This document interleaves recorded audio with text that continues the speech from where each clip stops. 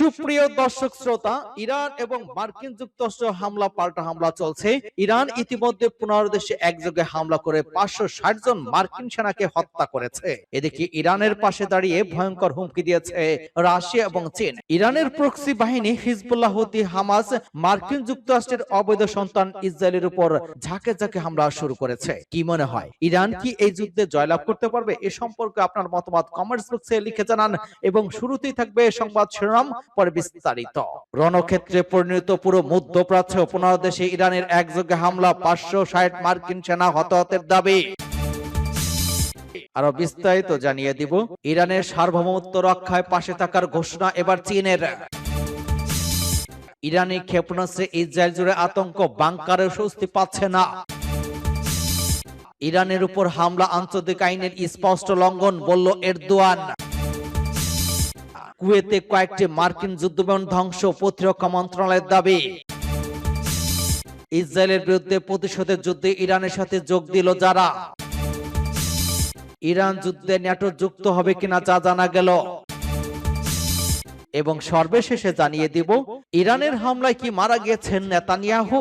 এতক্ষণ শুনছিলেন সংবাদ শিরোনাম, বিস্তারিত। তবে তার আগে অনুরোধ থাকবে এই ভিডিওতে একটি লাইক দিন এবং কমেন্টস করে জানিয়ে দিন আপনি কোন জেলা থেকে বা কোথা থেকে আমাদের সাথে যুক্ত রয়েছেন, এবং সংবাদের সর্বশেষ গুরুত্বপূর্ণ আপডেট পেতে চ্যানেলটি সাবস্ক্রাইব করে আমাদের সঙ্গেই থাকুন। ধন্যবাদ।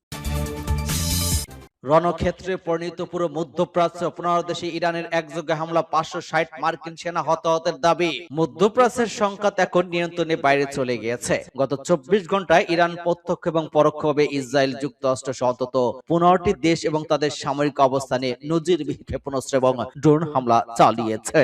ইরানের ইসলামী বিপ্লবী গার্ড বাহিনী IRGC দাবি করেছে বিভিন্ন মার্কিন ঘাঁটিতে তাদের হামলায় এখনো পর্যন্ত অন্তত 560 জন মার্কিন সৈন্য হতাহত হয়েছে। কাতার ভিত্তিক সংবাদ মাধ্যম আল জাজিরার তথ্য মতে, মার্কিন রণতরী আব্রাহাম লিঙ্কন লক্ষ্য করে ইরান 4টি ব্যালিস্টিক ক্ষেপণাস্ত্র নিক্ষেপ করেছে, যাতে 3টি মার্কিন সেনা নিহত এবং 5 জন আহত হবার খবর পাওয়া গিয়েছে। শনিবারের ভয়াবহ হামলার ধারাবাহিকতা ডোনাল্ড ট্রাম্প ফক্স নিউজকে জানিয়েছেন, এখন পর্যন্ত ইরানের সর্বোচ্চ নেতা সহ 48 জন শীর্ষ নেতৃত্ব নিহত হয়েছেন। ট্রাম্পের দাবি, ইরান এখন আলোচনার বসে যাচ্ছে এবং যুক্তরাষ্ট্র তাতে আগ্রহী। তবে ইতালির মাধ্যমে পাঠানো ট্রাম্পের যুদ্ধবিরতির প্রস্তাব ইরান সরাসরি প্রত্যাখ্যান করেছে বলে জানা গিয়েছে। এদিকে ইসরায়েল 1 লক্ষ রিজার্ভ সেনা মোতায়েন করে উত্তর সীমান্তে জড়ো করেছে। গত 30 ঘন্টা ইরানে 2000-এর বেশি বোমা এবং মিসাইল নিক্ষেপ করেছে। যুদ্ধের ভয়াবহতা সবচেয়ে বেশি আঘাত এনেছে সাধারণ মানুষের উপর। ইরানের একটি বালিকা বিদ্যালয়ে ইসরায়েলের হামলায় নিহত শিশু সংখ্যা বেড়ে 160 জনে দাঁড়িয়েছে বলে জানিয়েছে আল জাজিরা। পাল্টা জবাবে ইরান ইসরায়েলের হাইপার অন্তত 40টি এলাকায় হাইপারসনিক মিসাইল দিয়ে আঘাত এনেছে। অন্যদিকে সৌদি যুবরাজ মোহাম্মদ বিন সালমান ইরানের বিরুদ্ধে যুদ্ধে নামার চূড়ান্ত অনুমোদন দিয়েছে বলেছেন জানিয়েছে। সংযুক্ত আরব আমিরাত তেহরানে তাদের দূতাবাস বন্ধ করে রাষ্ট্রদূতকে প্রত্যাহার করে নিয়েছে। ইরাকের পরিস্থিতি অত্যন্ত উত্তপ্ত। বাগদাদের গ্রিন জোনে মার্কিন দূতাবাস ঘেরাও করেছে হাজারো জনতা। এরিবিলে মার্কিন বিমান ঘাঁটি গোলাবারুদের গুদামে ইরানি ড্রোন হামলায় বিশাল অগ্নিকাণ্ডের খবর পাওয়া গিয়েছে।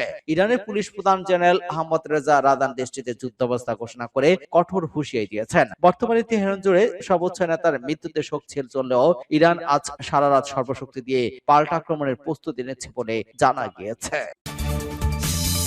ইরানের সার্বভৌমত্ব রক্ষার পাশে থাকার ঘোষণা চীনের। ইরানের বিরুদ্ধে যুক্তরাষ্ট্র এবং ইসরায়েলের সামরিক অভিযানের তীব্র সমালোচনা করে ইরানের সার্বভৌমত্ব এবং নিরাপত্তা রক্ষার তেহরানের প্রতি জোরালো সমর্থন ব্যক্ত করেছে চীন। পাশাপাশি এই ধরনের সামরিক অভিযানকে জঙ্গলের আইন এর সঙ্গে তুলনা করেছে দূরপ্রাচ্যের ওই দেশটি। খবর চীনের রাষ্ট্রীয় গণমাধ্যম সিসিটিভি এবং সিয়ানহুয়া। সিসিটিভি জানিয়েছে, চীনের পররাষ্ট্রমন্ত্রী ওয়াং ই ইরানের পররাষ্ট্রমন্ত্রী আব্বাস আরাগচিকে ফোন করে বেইজিং এর অবস্থান পরিষ্কার করেছেন। ওয়াং ই বলেছেন, চীন এবং ইরানের মধ্যকার ঐতিহাসিক বন্ধুত্বকে বেইজিং অত্যন্ত গুরুত্ব দেয়। ইরানের সার্বভৌমত্ব, নিরাপত্তা, আঞ্চলিক অখণ্ডতা এবং জাতীয় মর্যাদা রক্ষায় চীন পূর্ণ সমর্থন জানায়। পাশাপাশি ইরানের বৈধ অধিকার এবং স্বার্থ রক্ষার পাশে থাকবে বেইজিং। ওয়াং ই অবিলম্বে যুক্তরাষ্ট্র এবং ইসরায়েলকে তাদের সামরিক অভিযান বন্ধ করার আহ্বান জানিয়েছেন। তিনি সতর্ক করে বলেন, উত্তেজনা যেন আর বৃদ্ধি না পায় এবং এই সংঘাত যেন পুরো মধ্যপ্রাচ্যে ছড়িয়ে না পড়ে সেদিকে লক্ষ্য রাখা জরুরি। ইরানি ক্ষেপণাস্ত্রে ইসরায়েল জুড়ে আতঙ্ক, বাংকারও স্বস্তি পাচ্ছে না। ইসরায়েলের উপর 10ম দফায় ক্ষেপণাস্ত্র হামলা চালিয়েছে ইরান। এতে ইসরায়েল জুড়ে ব্যাপক আতঙ্কের সৃষ্টি হয়েছে। আশ্রয়ঘাত তথা বাংকার অবস্থা নিয়ে স্বস্তি পাচ্ছে না ইহুদিবাদীরা। একই সঙ্গে অধিকৃত পশ্চিম তীরের চরম আতঙ্ক বিরাজ করছে, কেননা সেখানে হোম অ্যালার্ট সিস্টেম, বিমান হামলার অ্যালার্ম এবং ইসরায়েলি প্রতিরক্ষা ব্যবস্থা এবং আশ্রয় কেন্দ্র নেই। সংবাদ মাধ্যমের প্রতিবেদন থেকে জানা গিয়েছে, ইরান রবিবার রাতের প্রথম অংশে ইসরায়েলে খুব বেশি আক্রমণ না করলেও সোমবার সকাল থেকে ভারী বোমা বর্ষণ করেছে। বিভিন্ন এলাকায় বিকট বিস্ফোরণের শব্দ শোনা গিয়েছে, যদিও নির্ধারণ করা কঠিন যে বিস্ফোরণের শব্দগুলো প্রতিরোধের কারণে নাকি কিছু ইসরায়েলের অভ্যন্তরীণ ক্ষেপণাস্ত্র হামলা জেরে হচ্ছে। এদিকে রবিবার পশ্চিম জেরুজালেমের কাছে ইসরায়েলি শহর বেইত-তেমেশে একটি সুরক্ষিত আশ্রয় কেন্দ্রে ইরানের ক্ষেপণাস্ত্র আঘাত করে। এতে রিপোর্ট লেখা পর্যন্ত অন্তত 9 জন নিহতের খবর পাওয়া গিয়েছে। আহত হয়েছে আরো অনেকেই। প্রতিবেদনে বলা হয়েছে, গত জুনে ইরান ইসরায়েলের যুদ্ধের তুলনায় এখন আরো বেশি ইসরায়েলিকে আশ্রয় কেন্দ্রে থাকতে বাধ্য করা হচ্ছে। যদিও পূর্ববর্তী সংঘাতের সময় তুলনায় ক্ষেপণাস্ত্র ততটা বেশি নয়, তবে ইসরায়েলদের মাঝে মাঝে দীর্ঘ সময় ধরে এক সময় 3 ঘন্টা পর্যন্ত আশ্রয় কেন্দ্রে থাকতে হচ্ছে। এতে বোঝা যায় ইসরায়েলকে লক্ষ্য করে ইরানের ক্ষেপণাস্ত্র হামলার তীব্রতা কতটা। তবে আশ্রয় কেন্দ্রেও এবার স্বস্তি পাচ্ছে না ইসরায়েলিরা। উল্লেখ্য, যুক্তরাষ্ট্র এবং ইসরায়েলের আগ্রাসনের জবাবে পাল্টা হামলা চালাচ্ছে ইরান। ইসরায়েল মধ্যপ্রাচ্য দেশ কাতার, কুয়েত, বাহরাইন, সংযুক্ত আরব আমিরাত, ওমান, সৌদি আরবে অবস্থিত মার্কিন সাথে হামলা করছে ইরানি বাহিনী। সূত্র আল জাজিরা। ইরানের উপর হামলা আন্তর্জাতিক আইনের স্পষ্ট লঙ্ঘন, বললেন এরদোগান। ইরানের উপর মার্কিন এবং ইসরায়েলি হামলাকে আন্তর্জাতিক আইনের স্পষ্ট লঙ্ঘন বলে সোমবার সমালোচনা করেছেন যুক্তরাষ্ট্রের প্রেসিডেন্ট রিসেপ তাইপ এরদোয়ান। একই সঙ্গে যুক্তরাষ্ট্র, ইসরায়েল এবং ইরানের মধ্যে যুদ্ধবিরতি প্রতিষ্ঠাতে সহায়তার প্রতিশ্রুতি দিয়েছেন তিনি। আঙ্কারায় দলীয় নেতাকর্মীদের উদ্দেশ্যে এরদোয়ান বলেছেন, আমরা শান্তির পক্ষে, আমরা চাই রক্তপাত বন্ধ হোক, অস্ত্র দ্বারা থেমে যাক এবং আমাদের অঞ্চল বহু বছর ধরে যে স্থায়ী শান্তির জন্য আকুল তা অবশেষে প্রতিষ্ঠিত হোক। মার্কিন প্রেসিডেন্ট ডোনাল্ড ট্রাম্পের সঙ্গে সুসম্পর্ক বজায় রাখলেও যুক্তরাষ্ট্রের মিত্র ইসরায়েলের কড়া সমালোচনা করেছেন এরদোয়ান। শনিবার যুক্তরাষ্ট্র ইসরায়েলে হামলা এবং এই যুদ্ধের সূচনা করে এবং তেহরানের পাল্টা হামলার জন্ম দেয়, তা ছিল সম্পূর্ণ অবৈধ। তিনি আরো বলেন, যুদ্ধভিত্তিক কাজ না হয় এবং আমাদের অঞ্চলে শান্তি না ফিরে আসা পর্যন্ত আমরা সব পর্যায়ে আমাদের কূটনৈতিক যোগাযোগ জোরদার করব। ইরানের সংঘাতে ক্ষতিগ্রস্ত বেসামরিক মানুষ এবং নিষ্পাপ শিশুদের দুর্ভোগের কথা উল্লেখ করে এরদোয়ান বলেছেন, এই দৃশ্য তাকে গভীরভাবে ব্যাহত করেছে। ন্যাটো জোটভুক্ত মুসলিম অধ্যুষিত দেশ তুরস্কের ইরানের সঙ্গে প্রায় 500 কিলোমিটার দীর্ঘ সীমান্ত রয়েছে। গত 28 ফেব্রুয়ারি সকালে ইরানের রাজধানী তেহরান সহ বিভিন্ন এলাকায় হামলা চালায় ইসরায়েলি এবং মার্কিন বাহিনী। কুয়েতে কয়েকটি মার্কিন যুদ্ধবিমান ধ্বংস। কুয়েতে কয়েকটি মার্কিন যুদ্ধবিমান বিধ্বস্ত হয়েছে। স্থানীয় সময় সোমবার সকালে এগুলো বিধ্বস্ত হয়। ব্রিটিশ সংবাদমাধ্যম রয়টার্স এক প্রতিবেদনে এই তথ্য জানিয়েছে। তবে এসব যুদ্ধবিমান কুরারে জীবিত আছেন। কুয়েতের প্রতিরক্ষা মন্ত্রণালয় এই তথ্য নিশ্চিত করেছে। উপসাগর অঞ্চলে তৃতীয় দিনের মতো ইরানের হামলা চালানোর মধ্যে যুদ্ধবিমান বিধ্বস্ত হওয়ার ঘটনা ঘটল। কুয়েতের প্রতিরক্ষা মন্ত্রণালয় বলেছে, উদ্ধার অভিযান চলছে, ক্রুদের হাসপাতালে নেওয়া হয়েছে, তাদের শারীরিক অবস্থা স্থিতিশীল। উল্লেখ্য, যুক্তরাষ্ট্র ইসরায়েলের আগ্রাসন জবাবে পাল্টা হামলা চালাচ্ছে ইরান। ইসরায়েল এবং মধ্যপ্রাচ্যের দেশ কাতার, কুয়েত, বাহরাইন, সংযুক্ত আরব আমিরাত এবং ওমান, সৌদি আরবে অবস্থিত মার্কিন সাথে হামলা করেছে ইরানি বাহিনী। সূত্র আল জাজিরা, সিএনএন। ইসরায়েলের বিরুদ্ধে প্রতিশোধের যুদ্ধে ইরানের সাথে যোগ দিল যারা। আয়াতুল্লাহ সাইয়েদ আলী খামেনির হত্যাকাণ্ডের পর ইসরায়েলের বিরুদ্ধে প্রতিশোধের আনুষ্ঠানিকভাবে যোগ দেওয়ার ঘোষণা দিয়েছে লেবাননের হিজবুল্লাহ। তেহরান থেকে প্রকাশিত খবরে জানানো হয়, রবিবার রাতে ইসরায়েল অধিকৃত হাইফা শহরের দক্ষিণে একটি সামরিক ঘাঁটি লক্ষ্য করে ক্ষেপণাস্ত্র ড্রোন হামলা চালায় হিজবুল্লাহ। সংগঠনটির বিবৃতিতে বলা হয়েছে, আয়াতুল্লাহ সাইয়েদ আলী খামেনির হত্যার প্রতিশোধ লেবানন এবং জনগণের রক্ষা এবং জায়নবাদী শাসক গোষ্ঠীর ধারাবাহিক আগ্রাসনের জবাব দিতেই হাইপার দক্ষিণে ইসরায়েলি সামরিক বাহিনী একটি ক্ষেপণাস্ত্র সাইটে আঘাত হানছে। বিবৃতিতে আরো বলা হয়, ইসরায়েলের আগ্রাসন অব্যাহত রাখা এবং আমাদের নেতা, তরুণ সাধারণ মানুষকে হত্যা করার পর উপযুক্ত সময় স্থানে আত্মরক্ষা এবং পাল্টা জবাব দেওয়ার অধিকার তাদের রয়েছে। হিজবুল্লাহর ভাষ্য, গত 15 মাস ধরে কোনো কার্যকর সতর্কবার্তা প্রতিরোধ ছাড়াই ইসরায়েলি শাসক গোষ্ঠী আগ্রাসন চালিয়ে যেতে পারে না। তাদের বাধ্য করতে হবে আগ্রাসন বন্ধ করতে এবং অধিকৃত লেবাননি ভূখণ্ড থেকে পিছু হটতে। সংগঠনের জোর দিয়ে বলেছে যে ওই পদক্ষেপ একটি বৈধ আত্মরক্ষামূলক প্রক্রিয়া। একই সঙ্গে লেবাননের কর্মকর্তাদের প্রতি আহ্বান জানিয়েছে দেশটির ইসরায়েলি এবং মার্কিন আগ্রাসন বন্ধ করার কার্যকর উদ্যোগ নিতে। ইরান যুদ্ধে ন্যাটো যুক্ত হবে কিনা তা জানা গেল।